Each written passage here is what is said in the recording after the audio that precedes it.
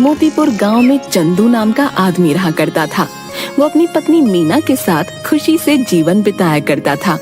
एक बार जब धान की रोपाई चल रही थी, सभी तैयार होकर खेतों की तरफ जाने लगे।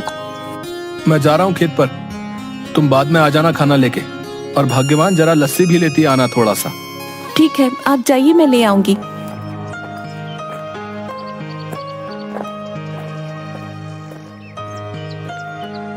चंदू खेत में पहुंचता है। थोड़ी देर काम करता है, तभी खेतों की मेड़ों पर दो आदमी चल रहे होते हैं। उनमें से एक आदमी छाता लेकर चल रहा होता है। जमींदार करोड़ीमल और उनका मुंशी बाबूलाल। साहब, यह है चंदू, सुना है इसकी फसल बहुत अच्छी निकलती है। इस बार 8 बोरी चावल के लिए इसे बोल देते हैं। करीब है, 2 पैसा कमा लेगा तो दुआ ही देगा। ठीक है बाबूलाल, जाके इसे बता दो। जी मालिक। अरे ओ चंदू, सुन तो। क्या बात है बाबूलाल भाई? जमींदार साहब तुझसे मिलना चाहते हैं। मुझसे मिलना चाहते हैं? क्यों? अरे वो तेरी फसल खरीदना चाहते हैं, जा जल्दी जा। जी जमींदार साहब। आओ चंदू आओ, सुना है तुम्हारी फसल बहुत अच्छी होती है। क्या इस बार की फसल तुम हमें बेचना चाहोगे? बाजार के दाम से अच्छा दाम दे दूंगा। ये तो हमारे लिए खुशी की बात है साहब। तो फिर ठीक है, जिस दिन फसल ठीक से तैयार हो जाएगी हमें बता देना। हम आदमियों को भिजवा देंगे, तुम्हारी फसल काटने में वो सब तुम्हारी मदद करेंगे और तुम्हारे घर पर पैसे भिजवा देंगे। उसके बाद जमींदार चला जाता है। चंदू फिर से खेत में वापस आकर काम करने लगता है। थोड़ी देर बाद मीना वहाँ आ जाती है। सुनिए जी, आ जाइए, आपके लिए खाना लेकर आई हूँ, और हाँ, साथ में लस्सी भी लाई हूँ। आता हूँ। इसके बाद चंदू मीना के पास पहुँच जाता है। लाओ लाओ, बड़ी भूख लगी है। लीजिए। मीना, जमींदार जी आए थे, जानती हो उन्होंने क्या कहा? क्या कहा? उन्होंने कहा कि वो हमारी इस बार की फसल खरीदना चाहते हैं और बाजार से अच्छे दाम भी देंगे। ये तो बड़ी खुशी की बात है। ये सब माता रानी की कृपा से हुआ है। मैं कहती थी ना, एक दिन सब ठीक हो जाएगा। माता रानी करे ऐसा ही हो।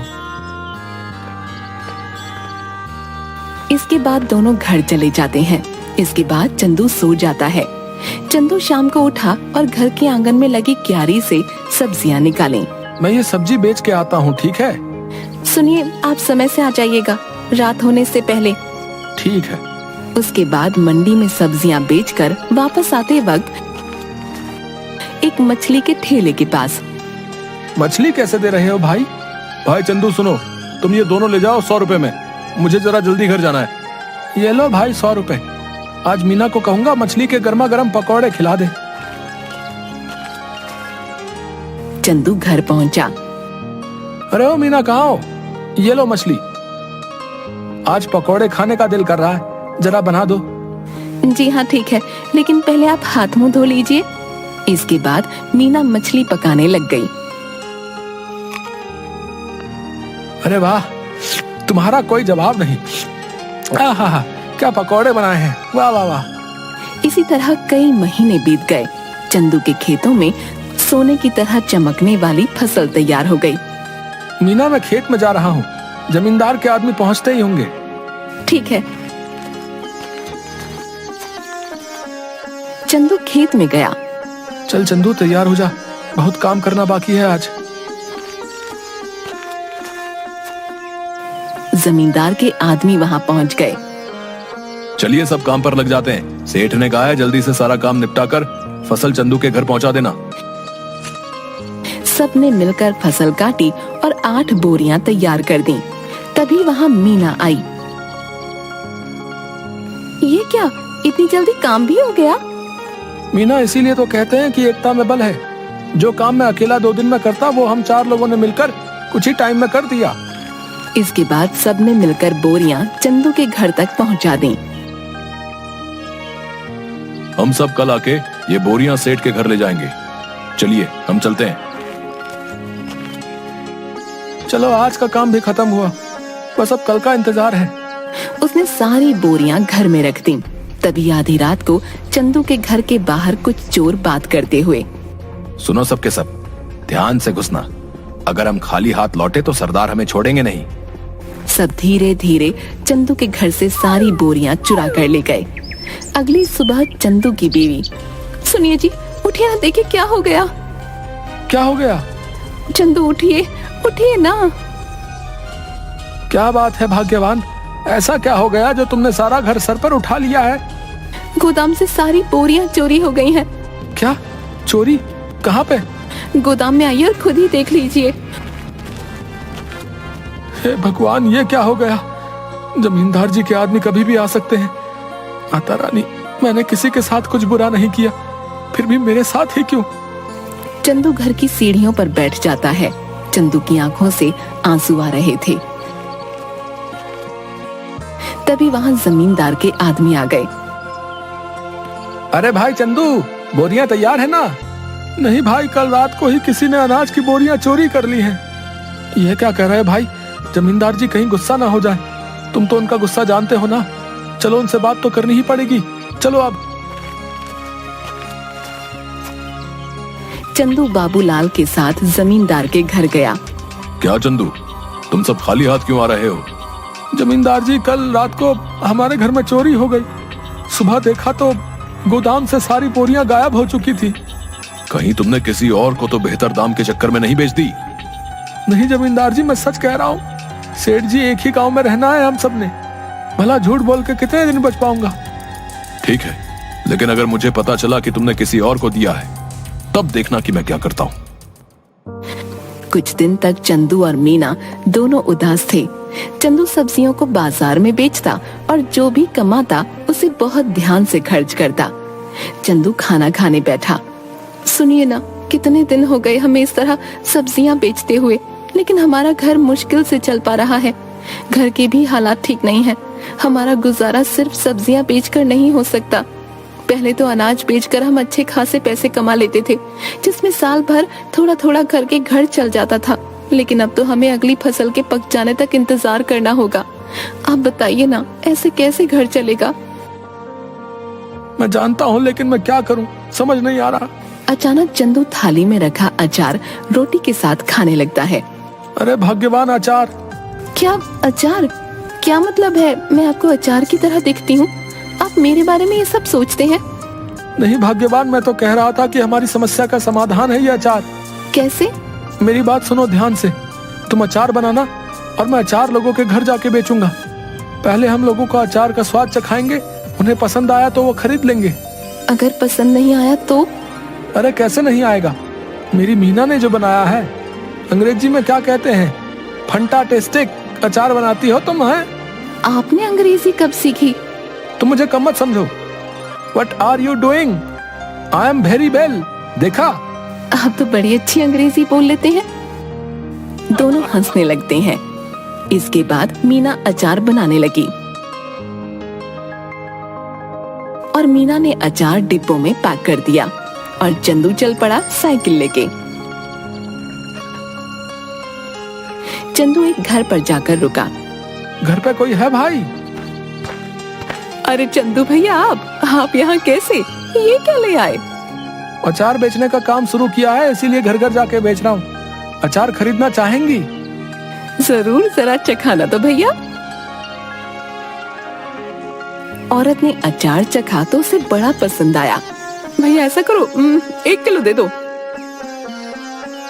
कितना हुआ? 150 रुपए में। ठीक है भैया, अभी पैसे लेकर आती हूँ। चलता हूँ बहन। ऐसे करते करते चंदू दूसरे घर गया। रमेश भैया घर पे हो? अरे चंदू, तू कैसा है भाई? और कैसा चल रहा है सब? उस चोरी के बारे में सुनकर बहुत बुरा लगा यार जान के। जाने दो भाई, क्या कर सकते हैं। अच्छा ये बताओ, अचार खरीदते हो बाहर से? हाँ क्यों? मैंने अचार बनाना शुरू किया है। क्या बात है, जरा चखाओ तो। चंदू ने उसे थोड़ा सा चखने को दिया। अरे वाह, किसने बनाया? मीना ने। भाभी को कहना बहुत अच्छा अचार बनाती हैं, बड़ा ही कमाल का। बताओ भाई, खरीदोगे? हाँ भाई, क्यों नहीं, दूसरों से भी तो खरीदता ही हूँ, इससे अच्छा तुमसे ना खरीद लूं। ये बताओ कितने में बेच रहे हो? 150 रुपए किलो। ठीक है भाई, 2 किलो दे दो। चंदू ने पैक करके दे दिया। धीरे धीरे उसका सारा अचार बिक गया। चंदू घर पहुंचा। मीना, आप आ गए। कैसा गया आज का दिन? किसी ने खरीदा कुछ अचार? कुछ तो नहीं खरीदा किसी ने। मैंने कहा था ना, मेरा अचार इतना भी खास नहीं है। आपका विचार ही गलत था इसे बेचने का। पूरी बात तो सुन लो। लोगों ने कुछ नहीं, सब कुछ खरीद लिया। देखो जाकर टोकरी में। मीना टोकरी के पास गई। उसने देखा कि टोकरी तो खाली है, यानी कि सारा का सारा अचार बिक गया। मीना बहुत खुश हुई। अब बस तुम ऐसे ही बनाते रहो और मैं घर घर जाकर बेचता रहूंगा। मैं कहती हूँ ना, आप ऐसा करिए, पास के गांव में भी बेचना शुरू करिए। क्या पता वहाँ के लोगों को थोड़ा बहुत पसंद आ जाए। अब हम जितनी जगह जाकर बेचेंगे उतना ही तो हमारा फायदा होगा ना। कल से आप थोड़ा और अधिक अचार लेकर जाना और दूर दूर के गांव तक भी जाना। ठीक कहा तुमने, मैं ऐसा ही करूंगा। कल से तुम ज्यादा से ज्यादा अचार बनाना शुरू करना। आप एक हफ्ते रुक जाइए। एक हफ्ते में बहुत सारा अचार बनाकर तैयार कर दूंगी। उसके बाद आप बेचना शुरू कर देना, क्योंकि अचार पकने में भी तो समय लगता है ना। ठीक है, तब तक मैं सब्जियां बेच दिया करूंगा। इससे हमारा घर भी चलेगा और हमें नुकसान भी नहीं होगा। इसके बाद मीना अचार बनाना शुरू कर देती है और कुछ दिनों तक चंदू बाजार में सब्जियां बेचता है। कुछ दिनों में अचार तैयार हो जाता है और चंदू भी बेचना शुरू कर देता है। इस बार चंदू दूर के गांव में जाता है और अचार बेचना शुरू कर देता है। अब धीरे धीरे करके मीना का बनाया हुआ अचार सभी जगह लोकप्रिय हो जाता है। इसके बाद चंदू एक दुकान भी खोल लेता है। अब जो भी ग्राहक आता उसकी दुकान पर ही जाता। एक दिन वहाँ से गुजरते हुए जमींदार जी की नजर चंदू की दुकान पर पड़ी। क्या बात है चंदू, तुम्हारी तो दुकान चल पड़ी। जरा अचार तो चखाना। सुना है तुम्हारी दुकान का अचार सभी को बहुत पसंद आ रहा है। ये तो सबका प्यार है जमींदार साहब। ये लीजिए, आप इसे चख लीजिए।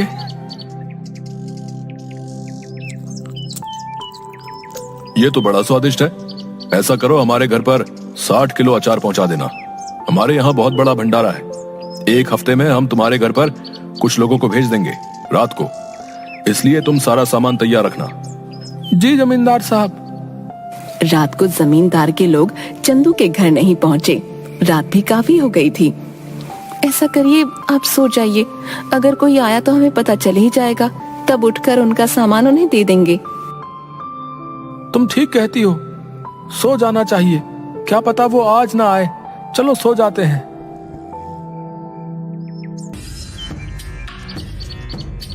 अगले दिन जब चंदू और मीना उठे तो घर में फिर से चोरी हो चुकी थी। इस बार चोरी अचार की हुई थी। सुनिए, घर में फिर से चोरी हो गई है। किसी ने इस बार हमारा रखा हुआ अचार चुरा लिया। चंदू उठा और जाकर अचार जहाँ रखा था वहाँ देखने लगा। मैं जमींदार साहब को बता कर आता हूँ।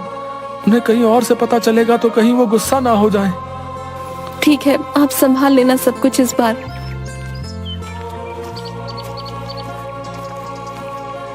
चंदू जमींदार साहब के घर गया। जमींदार साहब, इस बार फिर से आपके लिए जो हमने अचार तैयार किया था वो चोरी हो गया। ये हमेशा मेरे साथ ही क्यों हो रहा है? मैं तुमसे कुछ भी मंगाता हूँ और वो तुम्हारे घर में चोरी हो जाता है। मुझे लगता है तुम मुझे अपना सामान बेचना ही नहीं चाहते। ठीक है, मैं भी नहीं खरीदूंगा आज के बाद तुम्हारा कोई सामान। जाओ। ऐसी बात नहीं है जमींदार साहब, अब खुद ही सोचिए। मैं आपसे दुश्मनी क्यों मोल लूंगा? आप चिंता मत करिए, मैं आपके लिए दोबारा से 60 किलो का अचार तैयार करता हूँ। ठीक है, अगर इस बार कुछ हुआ तब देख लेना।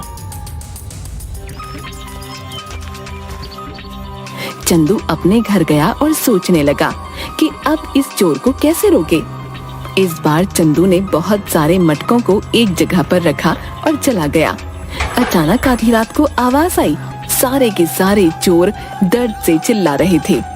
अब जैसे ही चंदू उस कमरे में गया जहाँ पर अचार रखा हुआ था, तो वहाँ देखा सारे के सारे चोर जमीन में लेटकर चिल्ला रहे थे और अपनी आंखें मल रहे थे। ये क्या कर दिया? कोई बचाओ हमें। पानी पानी दो हमें कोई। अरे हमारी आंखें जल रही हैं। अब आया ना मजा? मेरे घर में जैसे तुम्हें आदत ही पड़ गई है चोरी करने की। क्या मजा आता है तुम्हें ये करके? है इतना दिमाग चोरी में लगाते हो, कुछ और कर लेते ना, अभी तो चैन से अपनी जिंदगी बिता रहे होते। पर नहीं, तुम्हें तो चोरी ही करनी है। लो करो अब। अब चलो बताओ, क्यों कर रहे थे चोरी? ये सब हम अपनी मर्जी से नहीं कर रहे थे, हमें सब करने के लिए बाबूलाल ने कहा था। क्या बाबूलाल? भला उसे क्या जरूरत पड़ गई? ये तो मुझे नहीं पता, आप हमें माफ कर दीजिए, अब पुलिस को मत बुलाना बस। ठीक है, नहीं बुलाऊंगा, पर मेरी एक शर्त है, अगर गांव में तुमने दोबारा कभी चोरी की तो मैं बाबूलाल की मदद लेकर तुम्हें पुलिस के हवाले कर दूंगा। ऐसी नौबत नहीं आएगी चंदू भाई, हमें माफ कर दो। इसके बाद चोर चले गए। अगले दिन चंदू जमींदार साहब के घर गया। उसने जमींदार साहब को सारी बातें बता दी। जमींदार साहब, ये बाबूलाल ही है जिसने आज तक हमारे घर में चोरियां करवाई हैं। तुम कैसे कह सकते हो कि सारी चोरियां बाबूलाल ने ही कराई हैं? क्योंकि कल मैंने खाली मटके गोदाम में रखवाए थे और दरवाजे के ऊपर मिर्च की थाली रखवा दी थी। जैसे ही उन्होंने दरवाजा खोला, उनके ऊपर लाल मिर्च गिर गई और उन सबकी आंखों में जलन होने लगी और वो चिल्लाकर पानी मांगने लगे।